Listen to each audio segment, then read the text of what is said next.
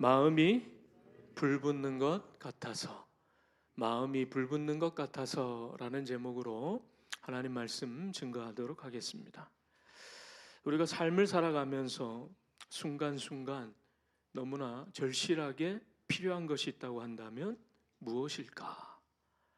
돈이 없는 분은 돈이 필요하다. 힘이 없는 분은 힘이 필요하다. 또 주변에 나만 홀로 있는 것 같아. 이런 분들은 사람이 필요합니다. 또 기회를 전혀 제공받지 못한 사람들은 기회가 필요합니다. 이렇게 이야기할 수 있겠죠. 근데 이상하게도 인생의 중요한 순간에 서 보면 정말 필요한 것은 다른 여느 것이 아닙니다. 지혜가 절실하게 필요하다라는 사실을 깨닫게 됩니다.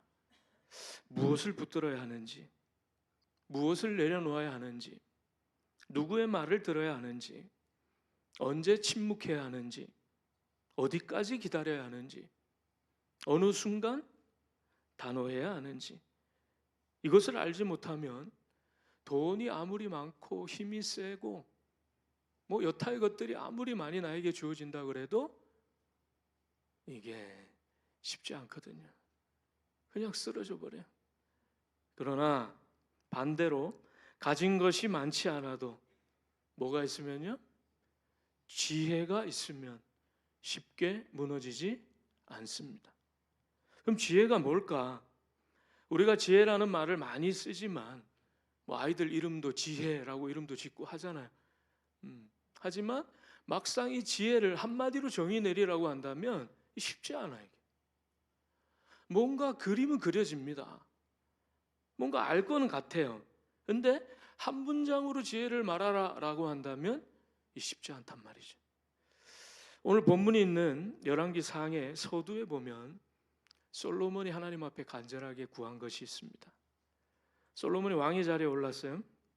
근데 왕이 되었다고 해서 마음이 마냥 든든했던 것은 아닙니다. 오히려 솔로몬은 두려웠어요. 아니 왕이 됐는데 뭐가 두렵냐? 왜 두려웠을까요? 왜? 자기가 다스려야 할 많은 백성들이 있었기 때문에. 백성들을 잘 다스려야 되잖아요. 합당하게 재판해야 합니다. 억울한 사람을 살펴야 되고 악한 사람들을 분별해야 합니다. 선과 악을 가려야 한다고. 근데 솔로몬이 자기 자신을 바라보니까 이런 고백을 터뜨릴 수밖에 없는 거예요. 열왕기상 3장 7절 하반절에 보면 종은 작은 아이입니다. 출입할 줄을 알지 못합니다. 나는 아직 어립니다. 나는 출입할 줄을 알지 못합니다. 이게 무슨 의미일까요? 출입할 줄을 알지 못한다. 내가 언제 들어가고 언제 나가야 하는지, 언제 멈춰야 하는지, 언제 기다려야 하는지 알지 못합니다. 그런 뜻이에요. 즉 왕으로서 지도자로서 자격이 없습니다. 내 힘으로는 이 백성들을 다스릴 수가 없다는 고백이에요. 그래서 하나님께 구합니다. 열왕기상 3장 9절 누가 주의 이 많은 백성을 재판할 수 있사오리이까? 뭘 달라고 구하나요? 듣는 마음을 종에게 주사. 듣는 마음을 종에게 주사. 주의 백성을 재판하며 선악을 분별하게 하옵소서. 자, 솔로몬이 구한 것은 무엇입니까? 듣는 마음이었다. 근데 여기서 궁금한 것이 생깁니다. 왜 솔로몬은 다른 것보다 듣는 마음을 간절히 하나님 앞에 구했을까? 왕이 되면 필요한 건 많지 않겠습니까? 강한 군대도 필요하고 넓은 땅도 필요하겠죠? 충성스러운 신하도 필요합니다. 탁월한 정치력도 필요해요. 많은 재물도 필요합니다. 그런데 솔로몬은 그것보다 먼저 듣는 마음을 구했다. 왜? 그냥 사람들 말을 잘 들어주는 왕이 되고 싶었던 것일까요? 민원을 잘 듣는 왕, 백성들의 이야기를 끝까지 들어주는 왕, 그런 정도의 의미였을까? 물론 그것도 중요합니다. 그러나 본문은, 오늘 우리가 다룰 본문은 말이죠, 솔로몬이 구한 듣는 마음의 깊은 의미를 우리들에게 전달하고 있습니다. 그래서 본문을 잘 봐야 되겠죠. 솔로몬은 도대체 듣는 마음을 구했는데 무엇을 들었을까? 또 하나님은 그것을 지혜라고 말씀하신단 말이죠. 그 지혜는 무엇일까? 자, 두 여인이 솔로몬 앞에 나왔습니다. 성경은 그들을 창기라고 밝힙니다. 한 집에 살았어요? 그럼 어떤 사이였을까요? 가까운 사이였겠죠. 3일 차를 두고 아이를 낳았습니다. 한 여인이 아이를 낳고 3일 뒤에 또 아이를 낳았어요. 다른 여인이. 그러니까 다른 사람들이 봤을 때는 3일 차나니까 뚜렷한 구별점이 없으면 이 아이가 저 여자아이인가 이 여자아이인가 구별하기가 쉽지 않았을까요? 예를 들면 뭐 오른쪽 엉덩이에 큰 점이 있다거나 아니면 왕왕 제가 이렇게 신방을 가보면 갓난아이인데도 머리가 성인들처럼 풍성한 아이들이 있어요. 뭐 그렇게 머리가 풍성하다거나 그러면 쉽게 구별이 가죠. 그런데 그런 뚜렷한 확실한 특징이 없다면 구별하기가 힘든 거예요. 근데 한 여인이 잠버릇이 안 좋았나 봐. 19절에 봤더니 19절 말씀입니다. 그런데 밤에 저 여자가 그의 아들 위에 누웠대. 그래서 그 아들이 죽었어요. 뭐 이런 엄마가 다 있습니까? 아이가 뒤척여도 깰 판에 아이를 깔고 자버린 거예요. 과거에도 어린이집에서 다문화 가정의 아이를 돌보던 원장이 아이가 돌아다닌다고 자기는 피곤해서 쉬고 싶은데 아이가 돌아다닌다고 어떤 일이 있었나요? 뉴스에 다 났잖아요. 아이를 눌러버린 거예요. 이불을 그 위에 덮어버렸어요. 애가 숨을 못 쉬는 거죠. 질식사했습니다. 이 집에서도 그런 일이 일어난 거예요. 자, 여러분께 묻겠습니다. 내 아이가 이렇게 나의 부주의로 인해서 죽었어요. 그 아이를 보고 어떻게 해야 됩니까? 어떤 마음이 들까요? 대성통곡을 해도 시원치 않아요, 지금. 이게 말이나 되나? 자신 가슴을 치면서 얼마나 한탄을 해야 되는 순간입니까? 근데 이 여인은 어떤 생각을 했을까요? 살아있는 저 아이, 우리 아이를, 죽은 아이를 바꾸자, 이 생각을 한 거예요. 제 생각에는요, 이 여인이 정말 왜 아이를 낳았나? 이 아이에 대한 애착이 있나? 이런 생각이 들 정도란 말이에요. 아마 다른 사람들이 이렇게 어떻게 자기 아이를 깔아뭉개서 죽일 수 있냐 그런 소리 할까봐 그 소리 듣기 싫어서 바꿔놓은 것 같아.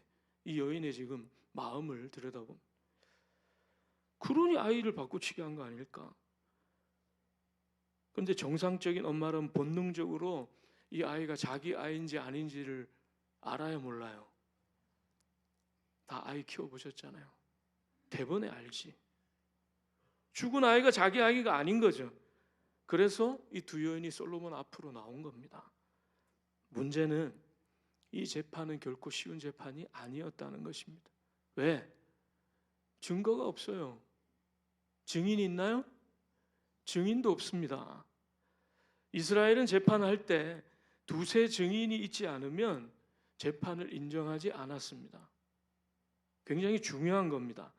사실 이렇게 하지 않으면 당시에 억울한 일이 얼마나 많았을까, 그죠? 잘하는 거예요. 그런데 증인도 없습니다. 증거도 없습니다. 스스로 자백하지 않는 이상 공정한 재판이 힘들어요. 그리고 이 재판이 어려운 이유 가운데 하나가 뭐냐면 공개 재판이라는 겁니다. 공개 재판. 솔로몬이 왕이 되고 난 다음에 막 사람들 사이에서 소문이 무성했어요. 어떤 소문이 났을까요? 저 솔로몬은 하나님의 지혜를 받았대. 사람들이 기대를 하는 거예요. 야, 얼마나 우리와 다를까? 하나님이 주셨다는 그 지혜는 과연 무엇일까? 솔로몬 입장에서는 굉장히 곤란한 상황을 맞이하게 된 겁니다. 둘 다 똑같은 주장을 하잖아요. 살아있는 아이는 내 아이입니다. 귀로 들리는 말만 들으면 도무지 판단할 수 없는 상황입니다. 정말 하나님이 주신 지혜가 있다면 이 자리에서 무엇을 들어야 할까? 솔로몬이 듣는 마음을 주사, 듣는 마음을 요구하고 하나님의 지혜를 받았다면 솔로몬은 과연 무엇을 들었을까? 우리가 삶을 살아갈 때도 이런 상황들을 만나게 될 때가 많습니다. 저도 목회를 하다 보면 현장 속에서 참 많은 문제들을 만나게 됩니다. 근데 하나같이 쉬운 게 있을까요? 쉬운 게 없어요. 하나님께서 저에게 특별히 그런 문제들 많이 주신 것 같아요. 목회자들하고 같이 얘기를 해보면 저같이 큰 문제들을 맞닥뜨린 목회자가 많지 않더라고요. 재개발을 한다는데 어떻게 해야 되나? 저 법원에서 계속 막 날아와. 합병을 해야 되나? 말아야 되나? 저도 솔로몬 같은 고백을 터뜨릴 수밖에 없었어요. 하나님, 저는 아이라 출입을 알지 못합니다. 이거 어떻게 해결해야 합니까? 이거 어디서부터 손을 대야 합니까? 무엇이 옳은 판단입니까? 도무지 길이 보이지 않아. 게다가 성도들은 누구만 쳐다보고 있어요? 저만 예의주시하는 거예요. 목회자 이 문제를 어떻게 처리하는지를 다 저만 바라보고 있는 거예요. 어떤 선택을 하는지, 무슨 말을 하는지, 어느 길로 가는지, 어떻게 판단하는지. 그러니 그 순간에는 막막한 거예요. 그때 절실하게 필요한 것이 있었으니 무엇일까요? 지혜입니다. 돈이 필요한 것도 아니고 힘이 필요한 것도 아니고 지혜가 필요하더라고요. 지혜가. 그렇다면 지혜는 과연 무엇일까? 우리 말씀을 통해 통찰을 얻을 수 있습니다. 자, 26절 말씀을 봅니다. 그 산 아들의 어머니 되는 여자가 그 아들을 위하여, 오늘 말씀 제목이죠, 마음이 불붙는 것 같아서, 마음이 불붙는 것 같아서 함께 아뢰어 왕께 아뢰어 청하건대 내 주여 산 아이를 그에게 주시고 아무쪼록 죽이지 마옵소서 하되, 다른 여자는 말하기를 내 것도 되게 말고 네 것도 되게 말고 나누게 하라 하는지라. 아주 중요한 표현이 나옵니다. 마음이 불붙는 것 같아서. 솔로몬 이것을 통해서 진짜 엄마를 발견한 겁니다. 이 재판이 어려운 이유가 뭐라고요? 증거 없습니다. 증인도 없습니다. 그러니 겉으로는 무엇인가 확실한 정황을 잡는다는 것이 힘든 상황이에요. 누가 봐도 인정할 만한 근거가 없거든요. 그러나 어디에는 근거가 있을까요? 마음에는 있단 말이지. 마음에는. 그래서 솔로몬은 겉으로 판단하지 않고 마음 속으로 들어가는 거예요. 자, 어떤 판결을 내렸습니까? 칼을 가져와라. 깜짝 놀라시는 분들은 졸고 계셨던 분들. 조는 분들 자르진 않겠습니다. 칼을 가져와라. 아이를 둘로 나눠라. 이 얼핏 들으면 너무 잔인한 말 아닙니까? 왕의 입에서. 하지만 솔로몬은 정말 아이를 죽이려고 했던 것일까요? 아닙니다. 두 여인의 마음을 보기 위함이에요. 말로는 들을 수 없는 음성을 듣기 위한 것, 내 눈으로는 볼 수 없는 것을 보기 위함이었습니다. 솔로몬은 그 마음 속에서 무엇을 봤냐? 마음이, 제목이 뭐예요? 네, 마음 속에 불을 본 겁니다. 불. 누구의 마음에 불이 있는가? 누가 생명을 향해 마음이 타오르고 있는가? 고로 여러분, 지혜는 뭘까요? 이 지혜를 말씀하고 계신 거예요. 여기서 지혜는 겉으로 보이는 것만 가지고 판단하는 능력이 아니다. 겉모습 얼마든지 비슷하게 할 수 있어요. 말은 얼마든지 그럴듯하게 할 수 있다고. 눈물도 흘릴 수 있어요. 저도 얼마든지 거룩하게 할 수 있습니다. 기도 많이 한 것처럼 늘 목이 쉬어 있는 상태로 할렐루야 할 수 있어요. 성경책 들고 다니면서 맨날 성경 보는 것처럼 막 연출을 얼마든지 할 수 있단 말이에요. 그게 가장 쉬운 거예요. 근데 그게 아니란 말이에요. 하늘로부터 임한 지혜는 그 겉모습을 뚫고 속으로 들어가는 지혜입니다. 그 속에 무엇이 있는가? 그 중심에 무엇이 타오르고 있는가? 그 마음이 무엇을 향해 불붙고 있는가? 그러고 보면 이것은 모든 것에 적용이 됩니다. 배우자를 고를 때도 그렇습니다. 여기 청춘들 많이 오셨는데 오늘 잘 들으셔야 돼요. 우리 흔히 배우자를 고를 때도 뭘 보고 고를까요? 뭐 부모님도 마찬가지예요. 뭐 나는 아니다 그러지 마시고, 여러분 자녀들 고를 때 뭘 봐요? 솔직하게. 아, 우리 권사님 정말 솔직하신 분. 왜 뭐 그러시잖아요. 그렇죠? 얼굴도 보고 또 조건 봅니다. 내 아이를 고생시키지 않을까 조건도 보고, 직업도 보고, 환경도 보고, 부모도 보고, 뭐 꼽기 시작하면 뭐 밤새도록 꼽아요. 뭐 심지어는 뭐 발가락 손가락 하나까지 손톱이 잘 붙었나 이런 것도 다 보고, 뭐 머리카락은 잘 붙어 있나, 뭐 물론 그런 것들이 아무 의미 없다는 말이 아닙니다. 그러나 정말 지혜로운 사람은 더 깊은 것을 본다는 거예요. 그 중심을 보는 거예요. 나를 향한 진실한 마음이 있는가? 함께 가정을 세우려는 뜨거움이 있는가? 어려움이 와도 함께 견디려는 중심이 있는가? 하나님 앞에서 함께 살아가려고 하는 불이 있는가? 이걸 봐야지. 신앙도 마찬가지입니다. 겉으로 얼마든지 믿음 충만하게 보일 수 있다고요. 우리 어떤 모습으로 신앙생활을 합니까?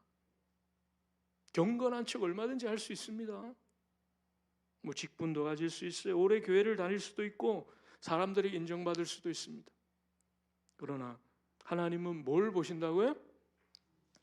사람은 외모를 보거니와 나 여호와는 중심을 보느니라. 하나님은 중심을 보세요. 다시 말하면 하나님은 우리 중심의 불을 보신다고. 결국 솔로몬이 구한 듣는 마음, 하나님께서는 지혜라고 말씀하셨죠? 이 지혜는 무엇을 의미하는 겁니까? 그 마음의 소리를 들을 수 있는 분별력입니다. 그리고 그 중심을 볼 수 있고 중심의 불을 볼 수 있는 통찰력을 이야기하는 거예요. 마음이 불붙는 것 같아서. 한편 마음이 불붙는 것 같다고 할 때 이 마음의 원어는 라함입니다. 이 라함에는 어떤 뜻이 있냐? 창자라고 하는 뜻이 있어요. 유대인의 개념인데 유대인들은 마음이 어디 있다고 생각했을까요? 여러분 마음이 어디 있다고 생각하십니까? 어떤 학자는 머리에 있습니다. 어떤 분은 심장에 있습니다. 그런데 유대인들은 마음이 어디 있다고 생각했냐면 여기 아래에 있다고 생각했어요. 아랫부분에. 그래서 창자가 마음이다. 좀 다르죠. 그래서 창자가 꼬인다는 표현이 나오는 거예요. 신약에서는 그 표현을 뭐라고 사용하냐면 불쌍히 여기사. 자, 불쌍히 여기는 것이 뭘까요? 창자가 갈기갈기 찢어지고 꼬인다는 뜻입니다. 자, 대표적으로 마태복음 9장 36절에 이런 말씀이 있네요. 무리를 보시고 불쌍히 여기시니. 왜요?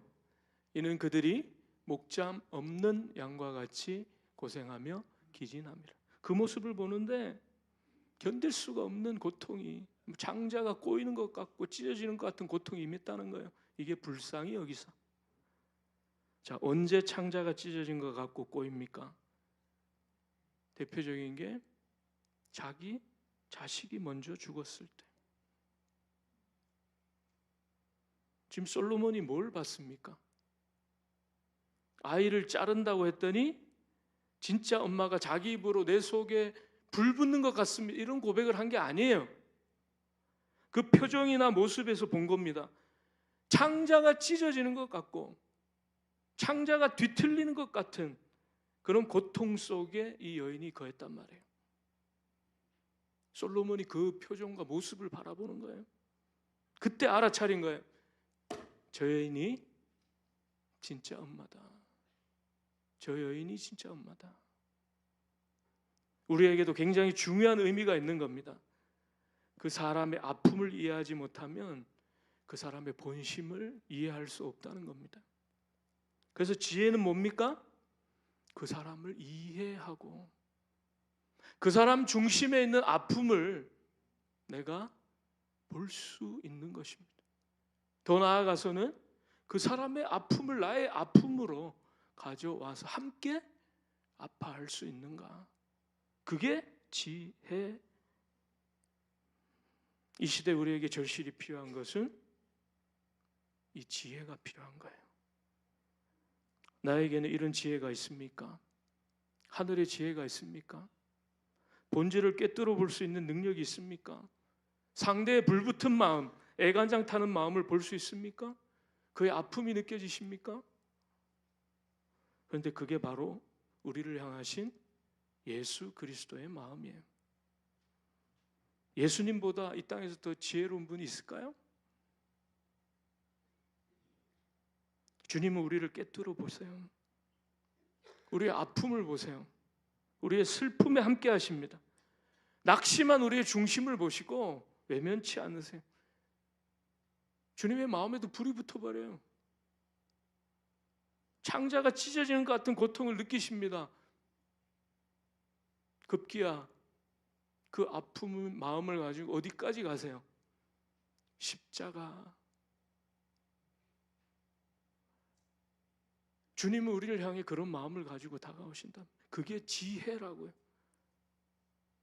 오늘 이 시간 그 주님의 마음을 바라보며 주님, 그 지혜가 나에게도 있기를 원합니다.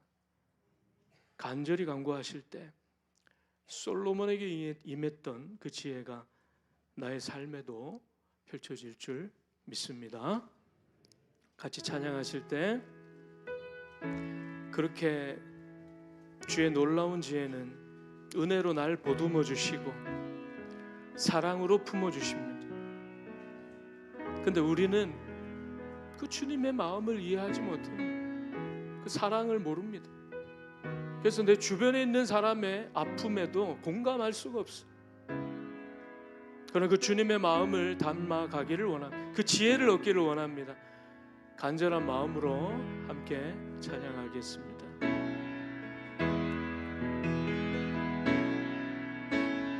은혜로 날 보듬으시고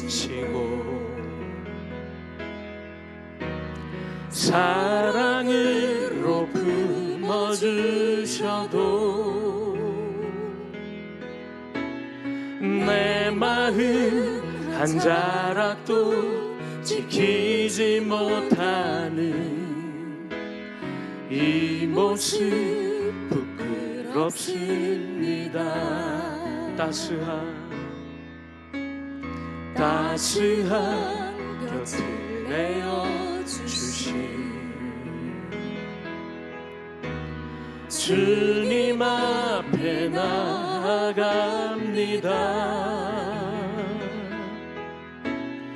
효요 못할 긍휼로 나를 붙드시는 주 이름만 바라봅니다.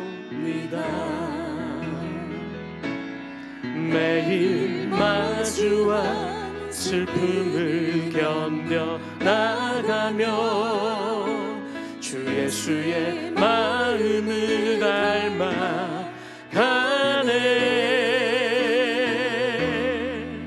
두려운 걸음마다 주가 동행하니 주 의지하며 오늘을 건네. 주의 진실한 소망을 깊이 담으며 주 예수의 풍요를 채워 가네. 하나님의 자녀로 명예 지켜가며 깊어진 삶을 주께 드리. 다시 한 번 더 합니다. 은혜로 날 보듬으시고 사랑으로 품어주셔도 내 마음 한 자락도 지키지 못하는 이 모습 부끄럽습니다. 따스한 곁을 내어주신 주님 앞에 나아갑니다. 표현 못할 그늘로 나를 붙드시는 주 이름만 바라봅니다. 매일 마주한 슬픔을 견뎌나가며 주 예수의 마음을 닮아가네.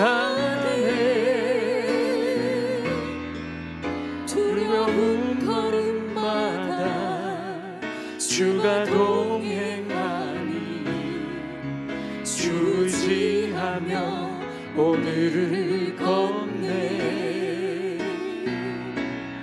주의 진실한 소망을 깊이 담으며 주 예수의 풍요를 채워 가네. 하나님의 자녀로 명예 지켜가며 깊어진 삶을 주께 드리네. 매일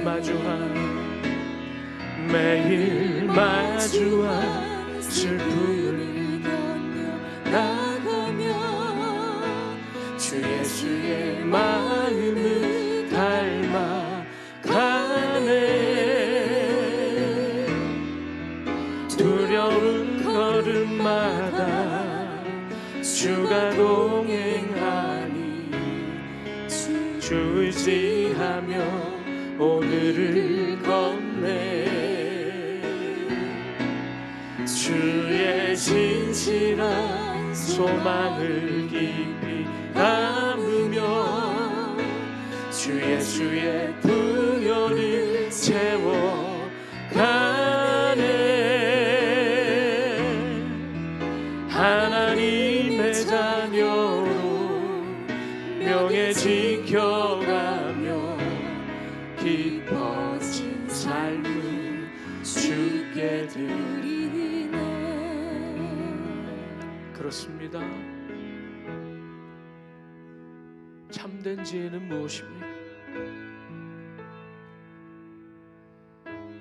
들리는 이야기로 판단하지 않습니다. 보이는 것으로 판단하지 않아요. 그게 마음에 불을 보는 것입니다. 우리 주님은 우리를 향해 우리 마음을 꿰뚫어 보고 계세요. 우리 아픔을 아세요. 우리의 슬픔을 외면치 않으십니다. 우리와 함께 하십니다. 심지어 그 마음이 십자가까지 이어집니다.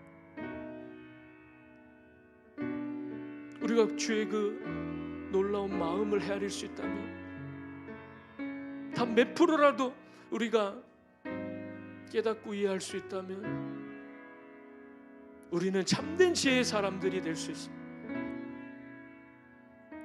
우리의 모습은 어떻습니까? 우리에게도 이 지혜를, 이 듣는 마음을 허락하여 주시옵소서. 같이 기도하겠습니다. 하나님, 하나님의 자녀로 자존감을 가지고 당당하게 이 땅 가운데 명예로운 삶을 살아가고 싶습니다. 왜 주를 의식하는 것이 아니라 보여지는 것과 들리는 것으로 그것을 붙들고 살아가는 삶을 살아갑니다. 참된 지혜는 중심을 꿰뚫어 볼 수 있는, 그의 불붙은 마음을 바라볼 수 있는, 느낄 수 있는 그 마음이에요. 솔로몬이 아이라 출입할 줄을 알지 못했다는 고백을 우리도 함께 터뜨립니다. 주, 아무것도 알 수 없고 볼 수 없고 듣지 못하는 우리들의 삶 가운데 안타까운 마음으로 우리와 함께 가고 계심을 깨닫게 하여 주시고, 상대의 아픔을 나의 아픔으로까지 끌어안을 수 있는 참된 지혜의 마음을 허락하여 주셔서 삭막한 이 시대 가운데 예수 그리스도의 사랑으로 하나 될 수 있는 주의 거룩한 백성들이 될 수 있기를 바랍니다. 주여 함께하여 주시옵소서. 분별력과 통찰력을 더하여 주셔서 우리의 삶 가운데 임하시는, 함께하시는 그리스도와 동행할 수 있도록 인도하여 주시옵소서. 매일 마주한 슬픔을 견뎌나가며 주 예수의 마음을 닮아가네. 두려운 걸음마다 주가 동행하니 주 의지하며 오늘을 건네. 주의 진실한 소망을 깊이 담으며 주 예수의 부여를 채워가네.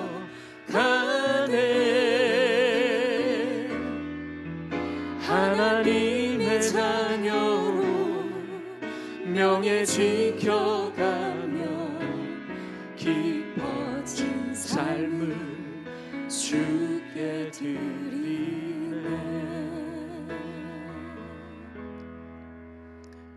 주의 십자가의 사랑 앞에서 아무 말도 할 수 없는 저희들의 삶입니다.